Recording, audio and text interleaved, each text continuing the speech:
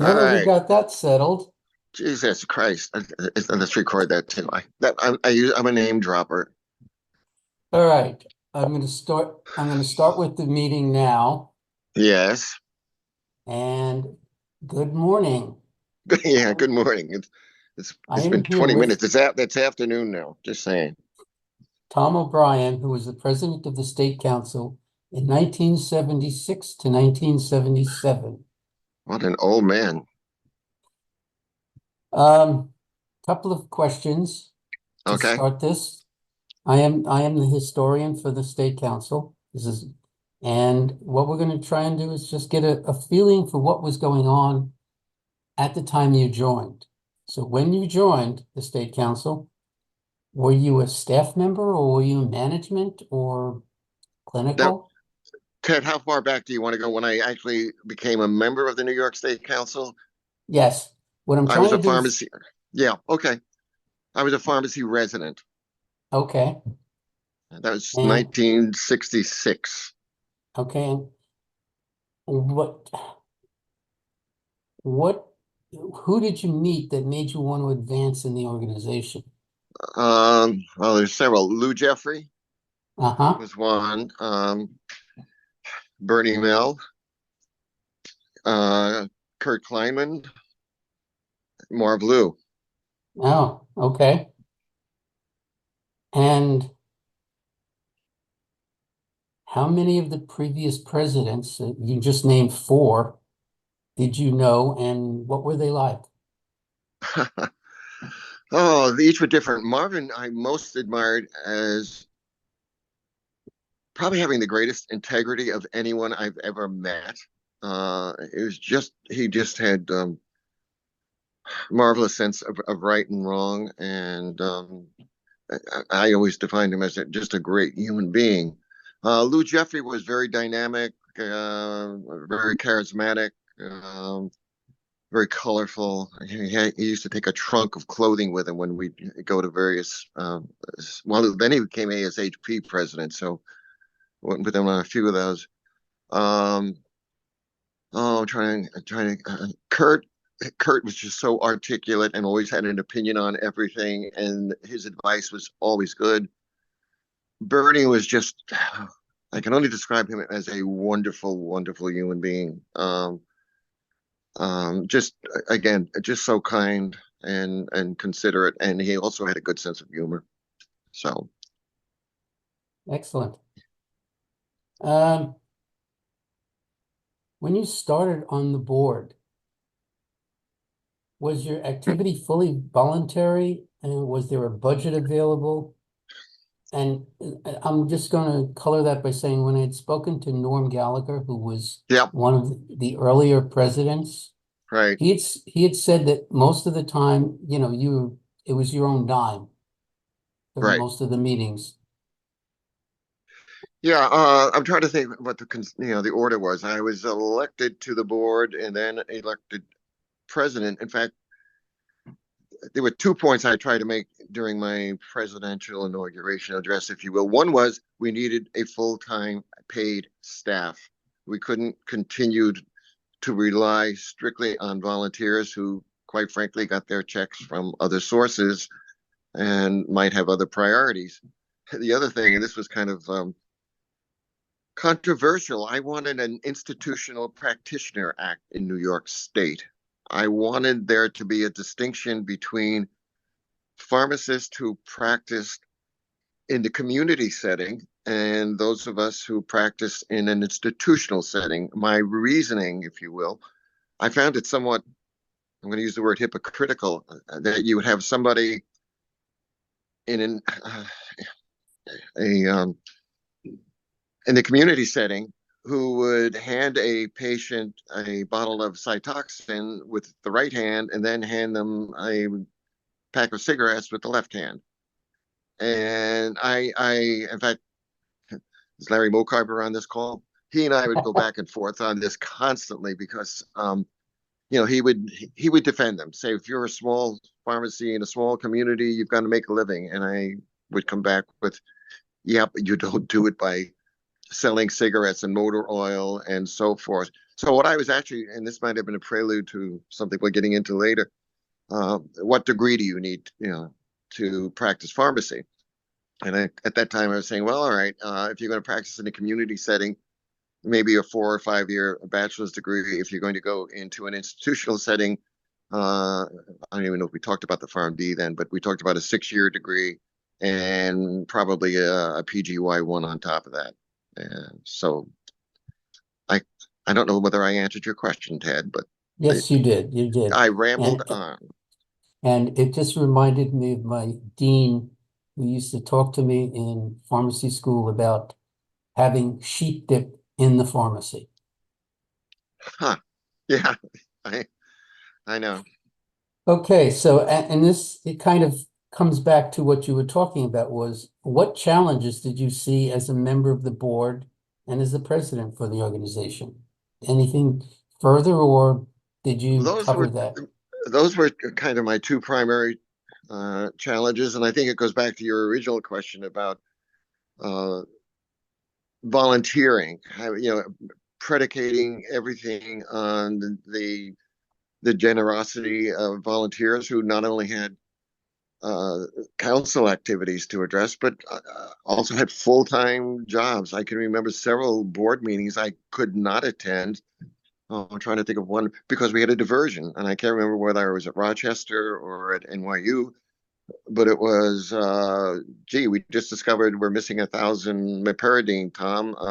You probably shouldn't go up to the Catskills this weekend. Yep, Uh, so, I yeah, can. you can relate to I that, Ted. Yes, I can. All right. By the way, I'm sitting here Uh-huh. with a Good looking. picture of, Nothing has changed. Yeah. and what's interesting is the challenges that you talked about in 2008 were the exact same two challenges that you said today. So, How about that? yes, Consistent. yes. Has the council always been an advocate for the practice of pharmacy? And do you know when that was formalized? Do you remember some of our early wins or losses? And the reason I bring that up is Yeah. one of the things I came across was the Senate Bill 2779A signed by Governor Pataki in Hmm. 1996. That's when we were actually mandated to have CE. Right. Right. That was a very controversial issue because we were mandated as a profession to have CE, and yet, and I'm not sure if this is still the fact. I'm not sure that physicians are required to have CE, and so it seemed like a double standard. Um, Frankly, I didn't see a downside to it. I think there's nothing wrong with No, maintaining no, a yeah, certain level of practice. So I think I may have been on the board back then, and I was one who advocated for it. Again, I think it kind of created that schism again between community practice and institutional practice. Our community colleagues were saying, okay, you work in a hospital, you can go into a conference room and attend CE. I can't leave the counter in my community pharmacy and do CE. There were different dynamics. I don't think we had the technology that you and I are using right now. So I understood that, but I still felt basically what I felt was if we were going to survive as a profession, it had to be on our intellectual ability, not on how quickly we could turn out prescriptions.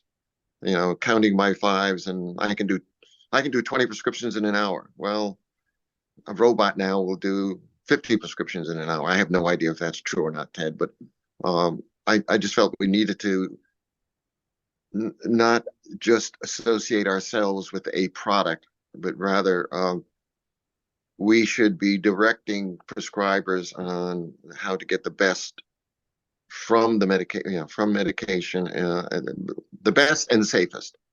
okay. Was there any, do you remember of any other legislative activities or actions that the council did before this? I mean, I know that in 1980, this was one of the things we were starting to look at when I Hmm. came back to New York, but I'm thinking about back earlier when you first joined, or did you ever hear of anything that they were doing? When did they start doing advocacy? I think they started doing advocacy when we tried to get formal recognition of the existence of technicians in New York State. I think it was just successful under Lisa Predko's 1 year term as president, but we had a lot of pushback on acknowledge in New York. Excuse me, uh, in New York State, there was a lot of pushback in the acknowledgement or for the acknowledgement of the existence of technicians. We didn't want to, or many people did not want them to be formally acknowledged because, frankly, it was a job security thing. Mhm. If we see, if we say there are they actually limited it. At one point, if I remember the state board, they said finally when there was a ratio, they still hadn't acknowledged the existence, but one pharmacist I think could supervise two assistants, provided one of them worked on a cash register or was classified as a clerk, but not as a Right, pharmacy support assistant. support personnel. Right. There you go. Yeah, God, you kids are so much sharper. they didn't call it technicians, it was No, supportive personnel. right. Correct. So that was Okay. that was an early advocacy. I think that some of the council members were trying to get in place. Frankly, we knew we couldn't practice without supportive personnel. Hmm. Membership always seemed to be an issue. Do you remember what members wanted during your presidency? I think they wanted advocacy. Going back to what you were referring to earlier, they wanted someone or an organization that was going to promote their interest, whether they were financial or professional. Um, I don't know that we were always able to do that. Then the second or secondary was probably educational, which we always did well. Continuing education when that became a requirement, that was actually pretty lucrative, if you will, in a way, for the Hmm. council because people had to maintain their licenses. Um, Actually, were you at Mount Sinai when you formed a little union? Do you No, remember that? I actually joined Mount Sinai after the association You're right. was joined, started, and I never was a member because I was always on management. Right. Um, Okay. and they are still functioning very well. Well, the council was actually asked to come in and quote represent them, so they wouldn't have to become part of 1199. Hmm. Okay, that's And interesting. that exempted there was a decision. It went to I don't know what court and what judge, and he or she, it was probably a he at that point, said, "Okay, Mount Sinai pharmacist, you will not have to join 1199 if you can demonstrate that you will have some representation." And so I can't recall who it was at Sinai at the time, approached the council and said, "Will you?" And I think Marv would probably remember this.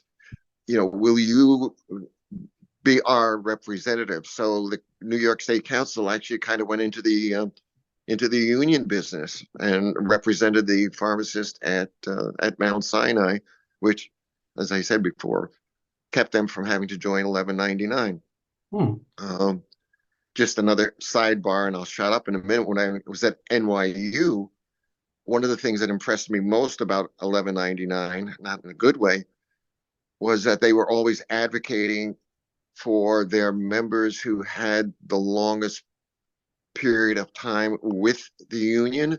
So, for example, we had a new position open up in the emergency department, and the union rep came to me and said, "I want to put Tom O'Brien in that position." And I would say, "Well, Tom O'Brien has no experience in emergency medicine. That doesn't matter.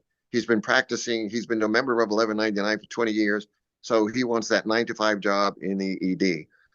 Um, and in fact, I wrote a paper. I was writing a paper to be published in AJHP about the union running a union running a profession, I think was the title.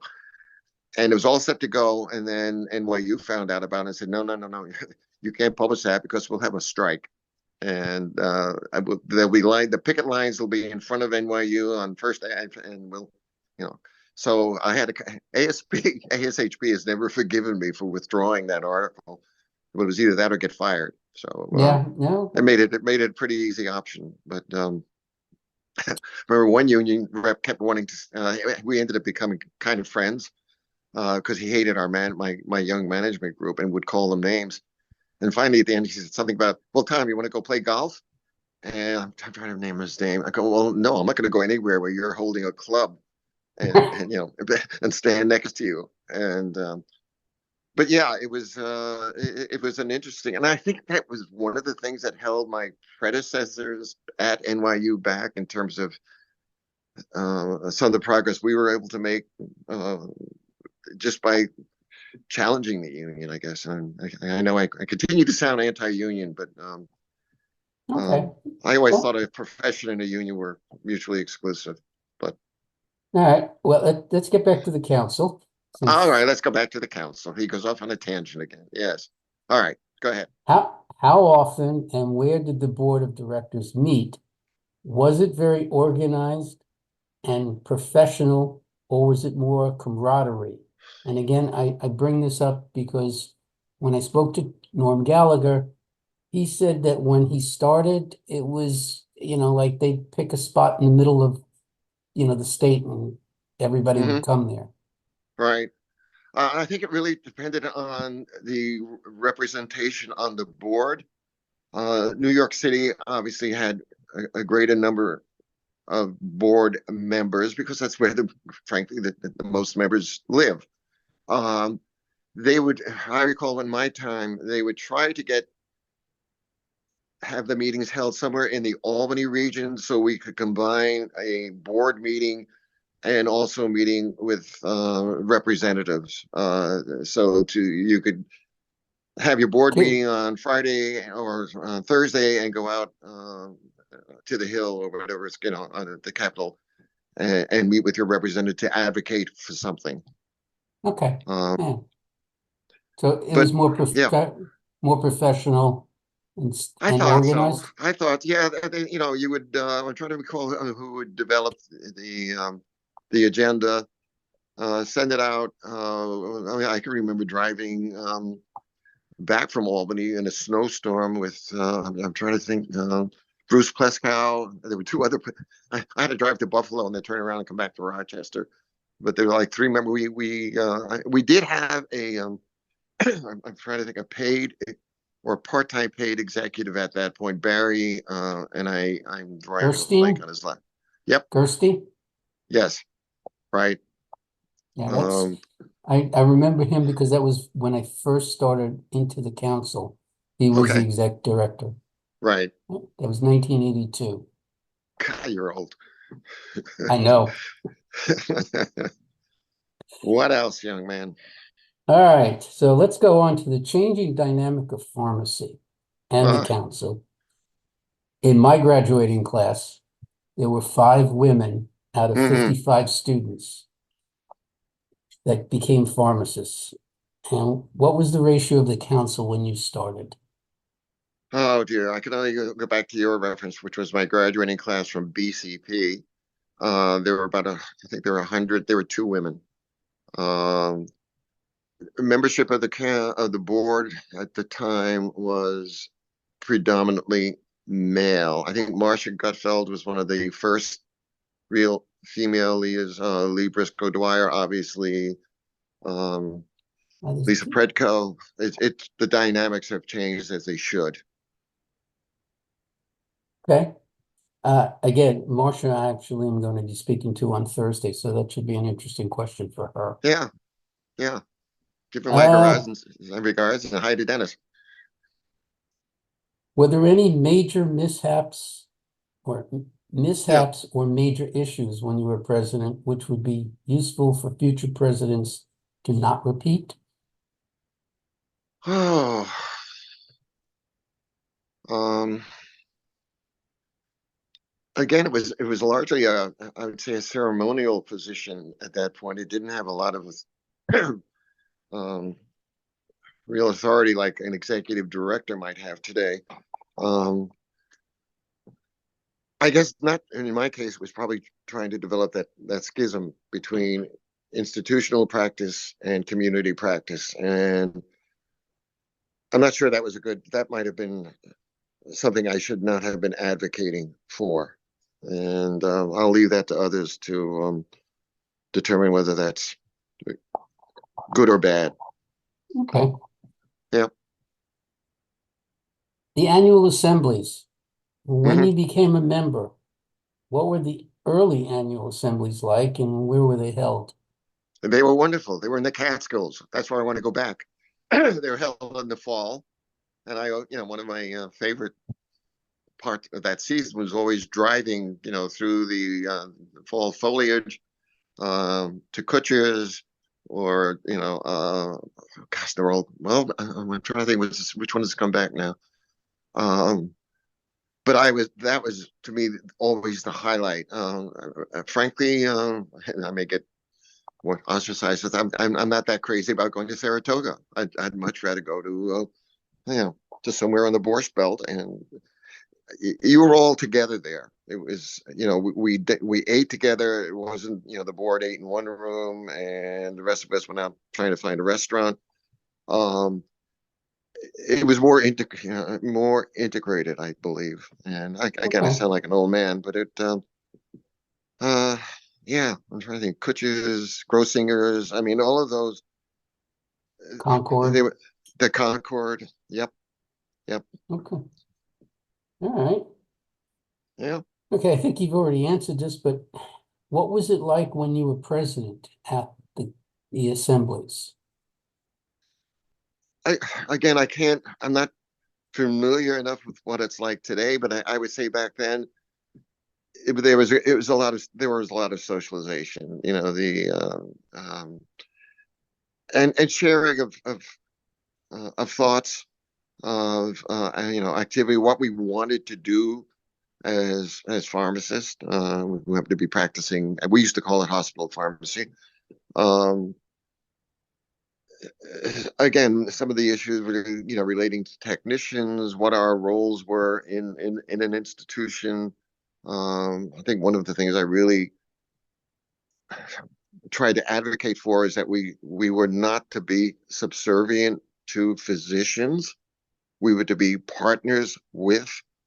In fact, I just came across this now. I published a thing back in Pharmacy Times. I don't even know if that's still being published. It was called Physicians Rounding with Pharmacists.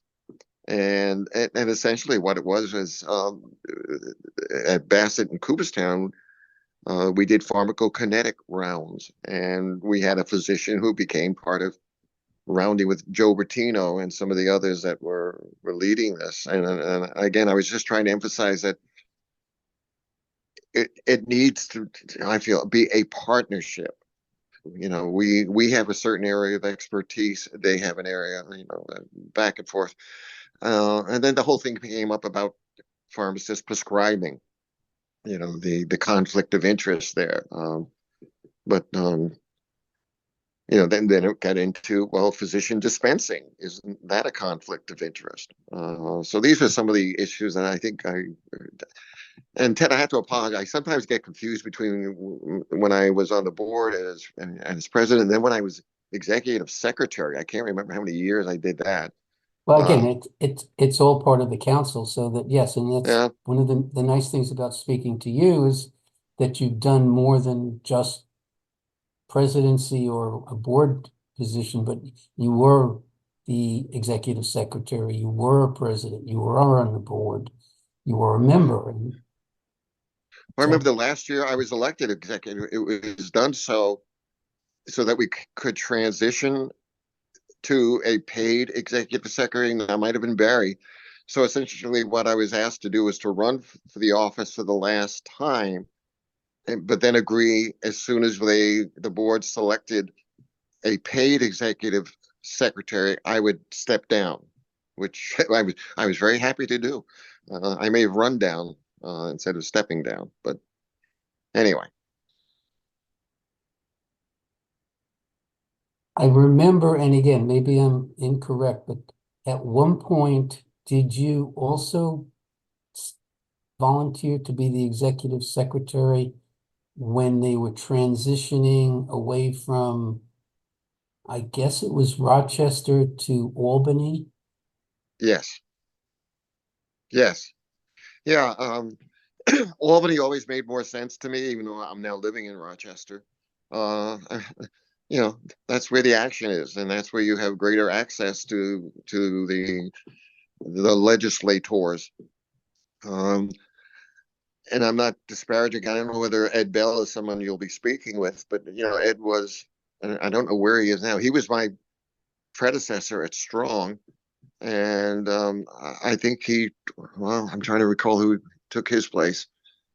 Um, Gosh, memory is an awful thing to lose.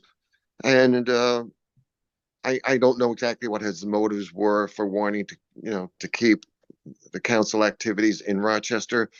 I do know the before or after Renee Carey, who was our meeting, actually the only paid person who did the meeting organization.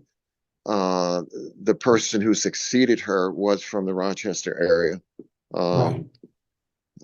But again, uh, I was someone who was, I think, advocating to have the council office in the Albany area, Okay. the state capital. No, I remember that only because I remember, I think I was either on the board or going to be on the board, and that was Uh-huh. one of the things that I remember distinctly, that basically we were firing Hmm. the people in Rochester so that we could move to, and I think Harvey was the president at the time. Yep. That I believe so. Yeah. So that meant I was not on the board. I was the president of the city Okay. society. Yep. Okay. All right. Um, only one more question, and then I'll, you know, open it up to you if you have anything else. Generational changes. Do you feel new members, the millennials, will be as loyal to the council? There's much more competition between organizations, ACCP, consulting pharmacists, etc., than there were when you first started. Oh boy. Again, I think it goes back to excuse me, um, advocacy, self-interest. I mean, ACCP is in good competition with ASHP. Um, and again, I've been away from the profession now over a decade, so I don't know. I guess what I would say is I think we're turning out a generation of the best and the brightest, and I know that sounds like a cliche, but and it is. But I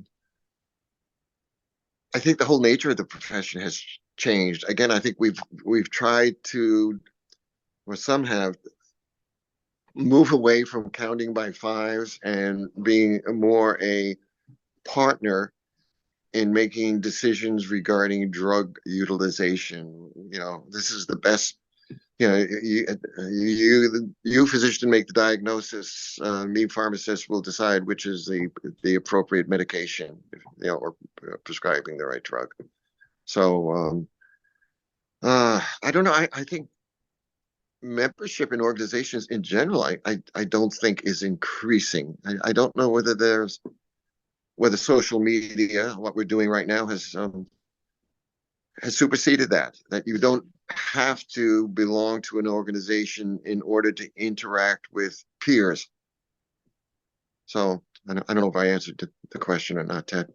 Okay. Again, it's just something that I see, and from just lectures that I've had, that older generations were more loyal to Yeah. organizations than the newer generations.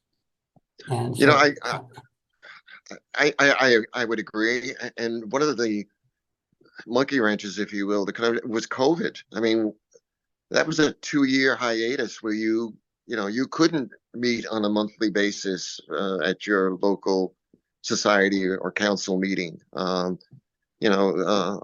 think a big part of that was the socialization, the camaraderie you had. You'd go to interact with Sure. with the Ted or the Bernie or whomever, and that was a big part of that. Okay. Yeah. Do you have any other thoughts about the council, the early days, through the years, anything that you would want to impart No, I just historically? think I was very fortunate to be in the company of some really pharmacy giants. Gil Simon. I mean, I can just go on and on and on about, certainly Kurt, certainly Bernie, Lou Jeffrey. Yeah, I was fortunate to be in the right place at the right time. So there. Okay. Thank you Yeah. so much. Thank you, We'll Ted. we'll end the recording